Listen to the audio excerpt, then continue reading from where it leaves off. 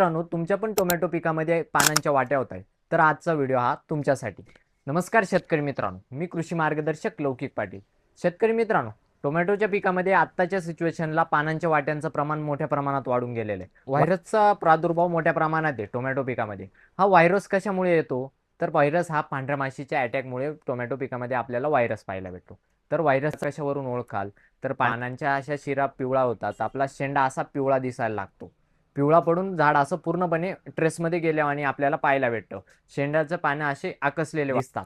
तर शेतकरी मित्रांनो, हा जो प्रकार आहे हा टोमॅटो लीफ कर्व व्हायरसचा हा प्रकार आहे. टोमॅटो लीफ कर्व व्हायरस हा कशामुळे येतो? तर हा पांढऱ्या माशीच्या अटॅकमुळे आपल्याला हा प्रकार पाहायला भेटतो. तर तुम्हाला याच्यावर काय उपाययोजना करायचं आहे?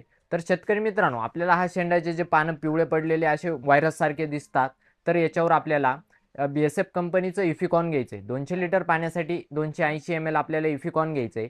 याच्यामध्ये आपल्याला टाटा मानिक घ्यायचं आहे. 200 लिटर पाण्यासाठी 100 ग्रॅम आपल्याला टाटा मानिक घ्यायचं आहे.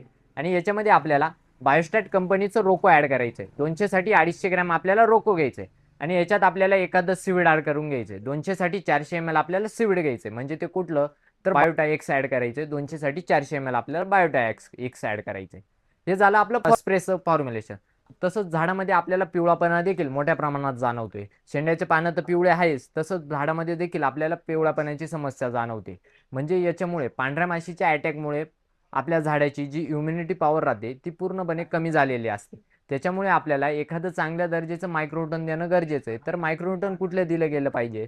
तर शेतकरी मित्रांनो, तुम्हाला ड्रिप ॲप्लिकेशन सजेस्ट करणार आहे. तुम्हाला एकरी 7 ते 8 किलो आपल्याला मॅग्नेशियम सल्फेट घ्यायचं आहे.